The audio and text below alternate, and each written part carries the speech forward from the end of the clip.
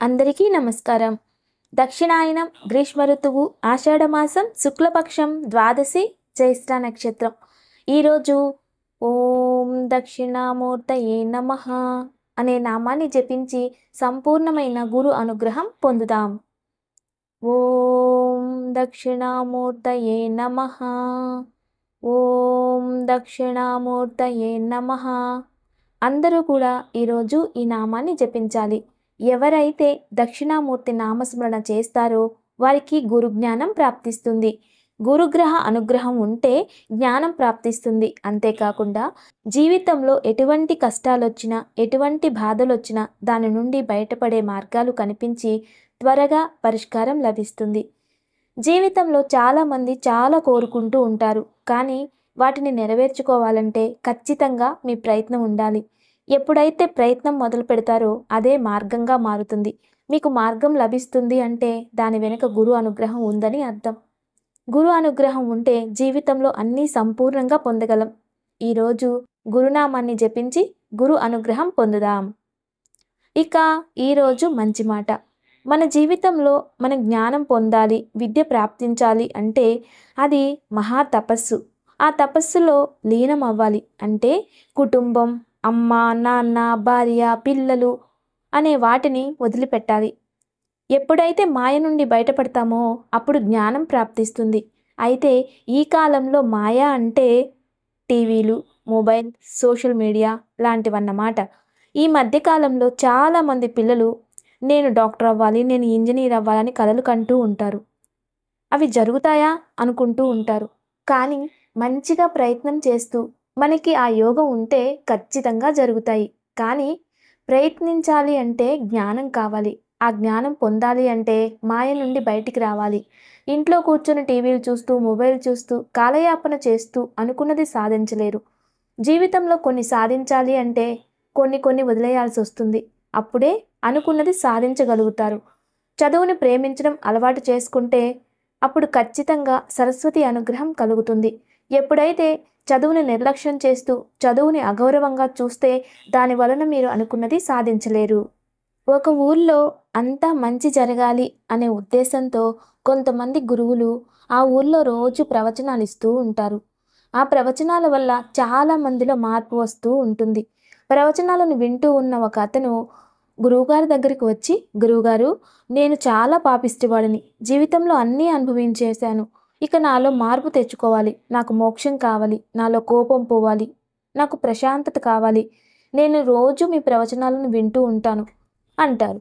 అప్పుడు గురువుగారు, సరే అలాగే వింటూ ఉండు, ఖచ్చితంగా నీకు శుభం కలుగుతుంది, నీలో మార్పు వస్తుంది అని తెలియజేస్తారు. అదేవిధంగా వారు ప్రతిరోజు సాయంత్రం వస్తాడు, గురువుగారి బోధనలు వింటాడు, ఇంటికి వెళ్తాడు. ఇలా కొంతకాలం గడుస్తుంది. తర్వాత అతడు మళ్ళీ గురువుగారి దగ్గరికి వచ్చి, అయ్యా నమస్కారం, నేను రోజు మీ ప్రవచనాలను వింటున్నాను. చాలా మందిలో మీ ప్రవచనాల వలన మార్పు వచ్చింది, కానీ నాలో ఏ మార్పు రాలేదు గురువుగారు, నాకేం అర్థం కావట్లేదు అని తెలియజేస్తాడు. అప్పుడు గురువుగారు ఇలా అంటాడు, సరే నువ్వు ఎక్కడి నుండి వస్తున్నావు అని అడుగుతారు. అప్పుడు అతను, నేను పక్క ఊరు నుండి వస్తున్నాను గురువుగారు అని చెప్తారు. ఎలా వస్తున్నావు నువ్వు అని అడుగుతారు గురువుగారు. అప్పుడు అతడు గుర్రం మీద అని చెప్తారు. మరి ఇంటికి ఎలా వెళ్తున్నావు అంటాడు గురువుగారు.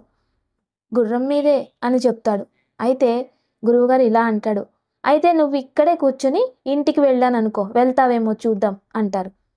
దానికి అతడు, అది ఎలా సాధ్యం గురువుగారు, గుర్రంపై కూర్చుంటేనే కదా అది తీసుకెళ్తుంది అంటాడు. అప్పుడు గురువుగారు ఇలా అంటారు, నీ జీవితం కూడా అంతే. నీలో మార్పు రావాలి అని అనుకుంటే సరిపోదు, దాన్ని మొదలుపెట్టి ప్రయత్నం చేస్తేనే ఆ మార్పు అనేది నీకు వస్తుంది అంటారు. అదేవిధంగా మన జీవితంలో కూడా మార్పు కావాలి అంటే మొదలు పెట్టాలి, ప్రయత్నించాలి. ఎవరైనా సరే జీవితంలో ఏదైనా సాధించాలి అంటే ప్రయత్నించాలి, కష్టపడాలి, సమయాన్ని సరిగా సద్వినియోగం చేసుకోవాలి. అప్పుడు ఏమనుకున్నా జరుగుతుంది. మీ సంకల్పం ఖచ్చితంగా నెరవేరుతుంది. సంకల్ప బలం ఉంటే దేనినైనా సాధించగలుగుతారు. ఇక మన సంప్రదాయం. చాలామంది ఆరోగ్య సమస్యలతో బాధపడుతూ ఉంటారు.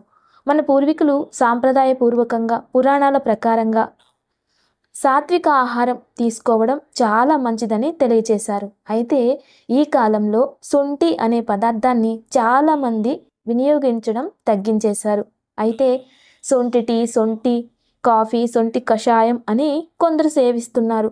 పూర్వంలో ఏదైనా శుభకార్యం ఉన్నప్పుడు భోజనం సమయంలో అరటి ఆకులో మొదటిగా కొంచెం శొంఠితో చేసిన పదార్థాన్ని, పచ్చడి కానీ దేనినైనా వడ్డించేవారు. భోజనంలో మొదటిగా దాన్ని తిన్న తర్వాతనే మిగిలినవి ఆహారంగా స్వీకరించేవారు. ఎందుకంటే శొంఠి ఆరోగ్యానికి మంచిది. జీర్ణశక్తిలో ఎటువంటి సమస్యలు ఉన్నా ఆ శొంఠిని సేవించడం వలన జీర్ణశక్తి మెరుగుపడుతుంది. శొంఠి వలన శరీరంలోని పేగులు యాక్టివ్గా పనిచేస్తాయి. దీని వలన శరీరంలో ఆక్సిజన్ లెవెల్ పెరుగుతుంది. రక్త ప్రసరణ బాగా జరుగుతుంది. యాక్టివ్గా ఉంటారు. అంతేకాదు శొంఠి మరియు పెరుగు కలిపి పచ్చడిగా చేసి సేవించడం వలన మూలవ్యాధి సమస్య నుండి బయటపడతారు. కాబట్టి పిల్లలకి కనీసం వారానికి 1 లేదా 2 సార్లైనా శొంఠి పెరుగుతో తయారు చేసిన పచ్చడిని ఇవ్వడం మంచిది. అయితే శాస్త్ర రూపంలో శొంఠికి కుజుడు అధిపతి. ఎవరైతే శొంఠిని ప్రతిరోజు సేవిస్తూ ఉంటారో వారికి కుజదోషం తగ్గుతుంది. కుజుడు మాంసకారకుడు మరియు రక్తకారకుడు.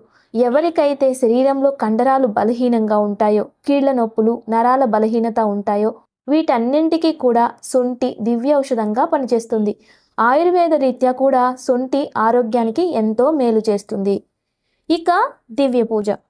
రేపు దివ్యమైన పూజ. రేపు ఆషాఢ శుక్రవారం. ఈ ఆషాఢ శుక్రవార వ్రతం ఉదయం, సాయంత్రం ఎప్పుడైనా ఆచరించవచ్చు. మీ అనుకూలతను బట్టి ఆచరించండి. రేపు ఉదయాన్నే లేచి చక్కగా తలస్నానం చేసుకుని మహాలక్ష్మిని పూజించి 2 నెయ్యి దీపాలు వెలిగించి కనకదార స్తోత్రం చదువుకొని ఒక్కటైనా సరే మీకు లభిస్తే తామర పువ్వును అమ్మవారికి సమర్పించండి. పూజ అయ్యాక సాయంత్రం 3 ముత్తైదువులకు తాంబూలం ఇవ్వాలి. ఒకవేళ సాయంత్రం ఆచరించేవారైతే సాయంత్రమే తాంబూలం ఇవ్వాలి. ఈ వ్రతం ఆచరించడం వలన దారిద్ర్యం దూరమై ఇంట్లో ఆర్థిక పరిస్థితి మెరుగుపడుతుంది. కొంతమంది చూడండి, ఎంత సంపాదించినా ఏదో రూపాయన ఖర్చు అయిపోతూ ఉంటుంది. అలా ఉన్నప్పుడు ఏదో కర్మ మనకు వెంటాడుతూ ఉంటుంది అని అర్థం చేసుకోవాలి. అందుకే అందరూ ఈ ఆషాఢ మాస లక్ష్మీ వ్రతాన్ని ఆచరించడం వలన ఇలాంటి కర్మలన్నీ కూడా దూరమై ఆర్థికాభివృద్ధి కలుగుతుంది. ఈరోజు దివ్యమైన యోగక్షేమం. అప్పుల బాధ తీరేందుకు మార్గం లభించడానికి ఈరోజు సాయంత్రం మహాగణపతి ముందు నెయ్యితో కానీ లేదా విప్ప నూనెతో కానీ 2 దీపాలు వెలిగించి గణపతికి ఎర్ర చందనాన్ని అలంకరించి ఎర్రని అక్షింతలతో ఓం గం గణపతయే నమః అని జపిస్తూ ఎర్రని పూలతో పూజించి మహాగణపతి రుణ విమోచక స్తోత్రాన్ని పఠించాలి. Thanks for watching.